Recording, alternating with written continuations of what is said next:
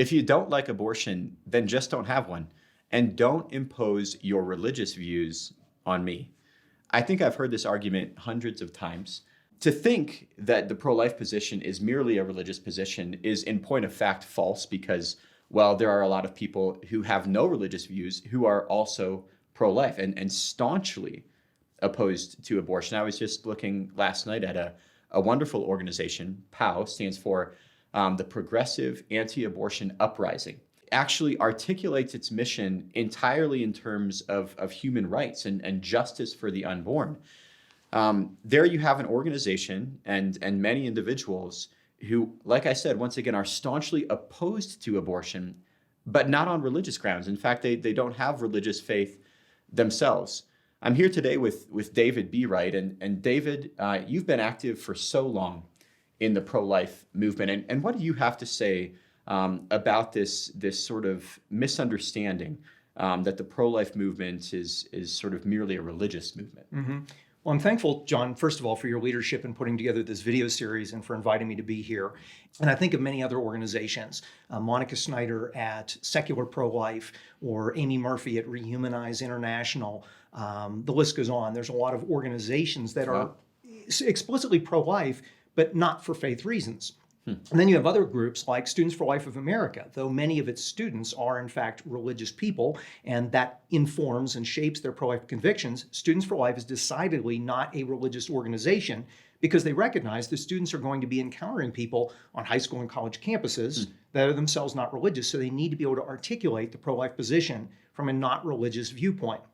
So, what I think is important when we go to, let's say, a March for Life in Washington, D.C., or a state March for Life, and you look at these huge crowds of people who are there to oppose abortion. Right. You see young, you see old, you see rich, you see poor, you see every ethnic background, you see people of faith, and you see people with no faith.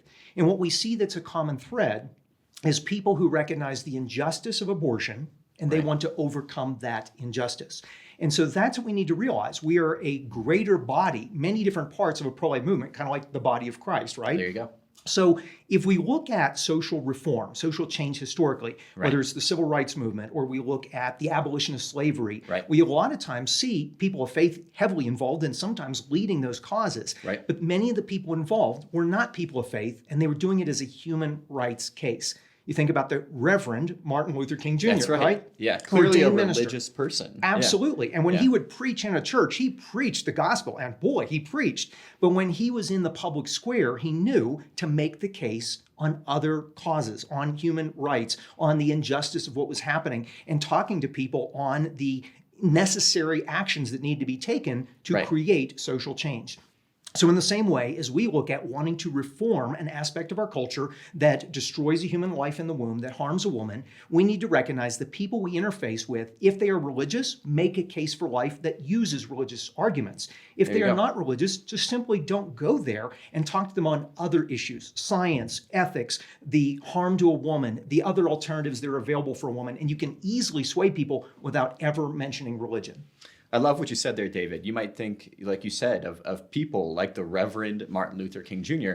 It would be sort of incoherent or at least miss the mark to say to somebody like MLK, don't fight for the rights of African Americans. I don't want you to impose your religion on me. I mean, people clearly recognize that issues with respect to race are not religious issues, full stop. They might be influenced by religious leaders, as they were in the case of Martin Luther King, or I'm thinking, for example, of William Wilberforce, the slave trade in Great Britain.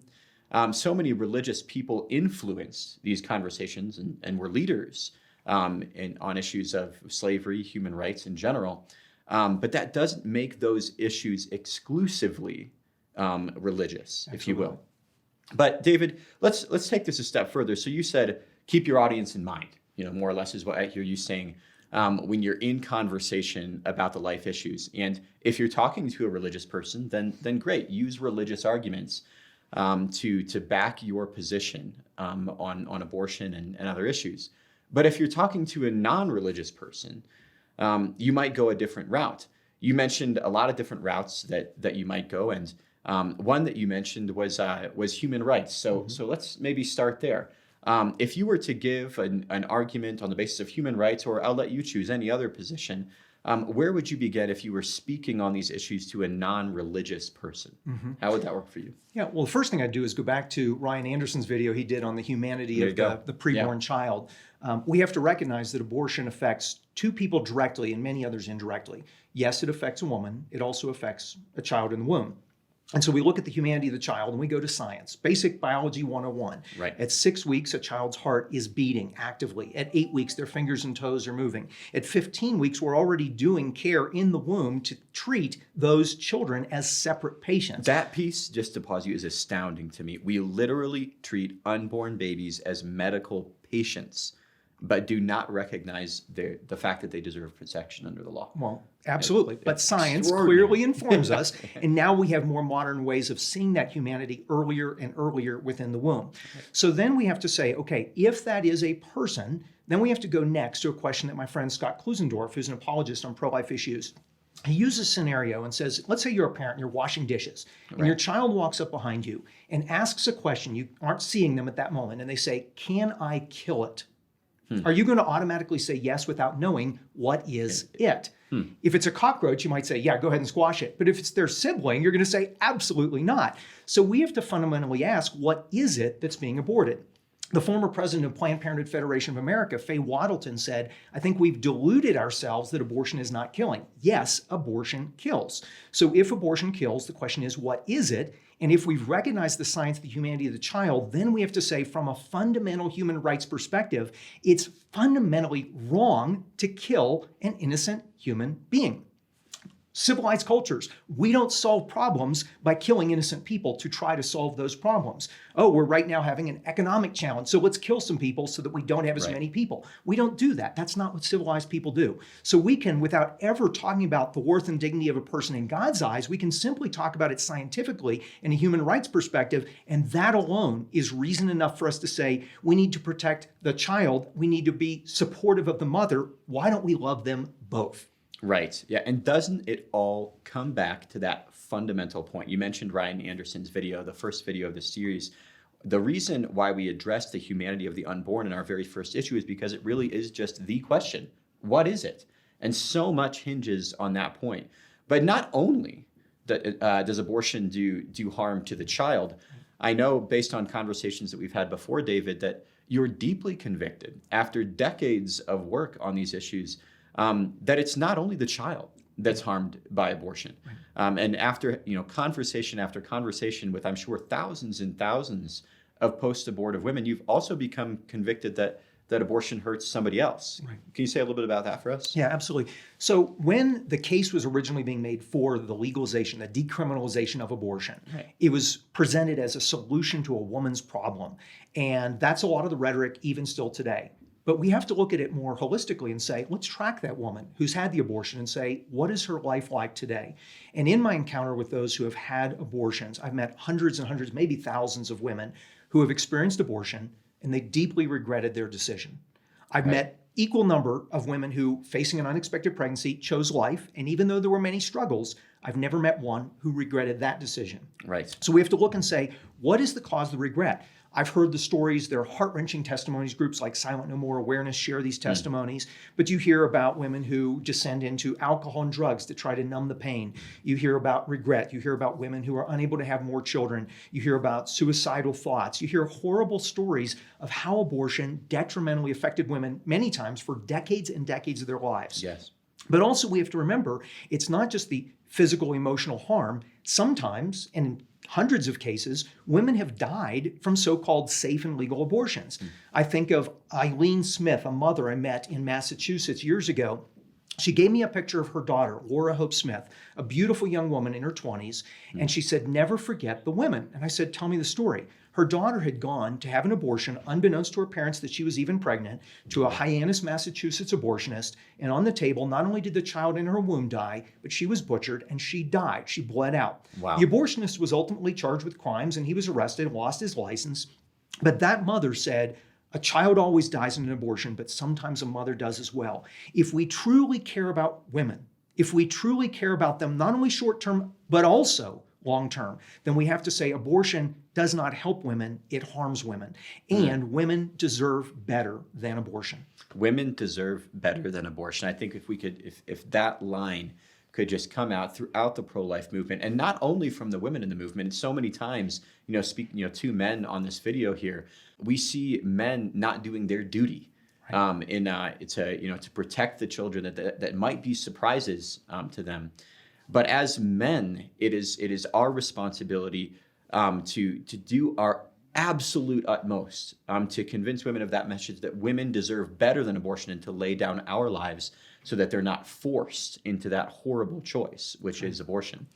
David, thanks for all of this. We've spoken about relationships between the pro-life movement and between the civil rights movement. The fact that abortion is not merely a religious issue, that it's grounded in science, that it not only harms the baby, it also harms the mother. What else would you say to somebody who's having a conversation on non-religious grounds on the issue of abortion and the pro-life movement in general? Anything else you'd like to say? I think just a brief closing thought at this moment in this post-Roe America we're in. Right. So now abortion is back to the people through their elected officials in the states and in Congress. And we thank God for that accomplishment of decades of prayer and fasting and efforts.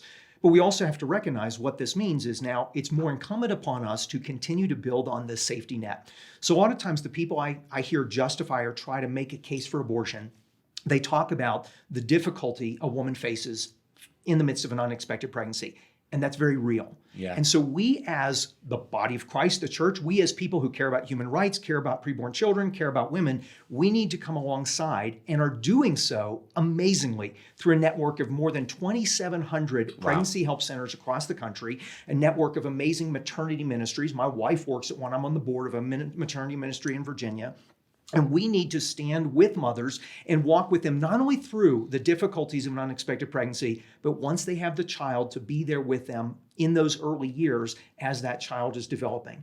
And when we make aware the safety net so people realize no woman should ever feel that abortion is her only option, many people, as they learn about those options, they learn about the compassion, the care of so many who are willing to invest and put their beliefs into action by supporting women and standing with children. Many times they'll say, we can overcome, we can do better than abortion. So that safety net, combined with the harm to women, combined with the detrimental destruction of life of a child in the womb, those are just a few causes. But all of these, I think, are important for us as we make the case. We interface with somebody on a college campus, in our neighborhood, in our church. When we meet them, we have to understand where are they coming from? What are the issues that animate them? And make the case in a way that resonates with them so that they come to understand that this is the greatest human rights crisis of our generation. Abortion does destroy innocent human life and is the leading cause of death in America still today. We need to stand up for the child, for the mother. We can do better, and together we can help to end abortion for once and for all. David, thank you. And once again, I'd like to highlight something that you said at the end, that now in this post-Roe America, it's time to throw our weight into the cause. The work is in many ways beginning now ever more, that our country has been given this extraordinary gift, which is the overturning of Roe versus Wade. This has been the Focus Love Life series. And once again, we'd encourage you to throw your weight into the cause and to get involved with the pro-life movement today.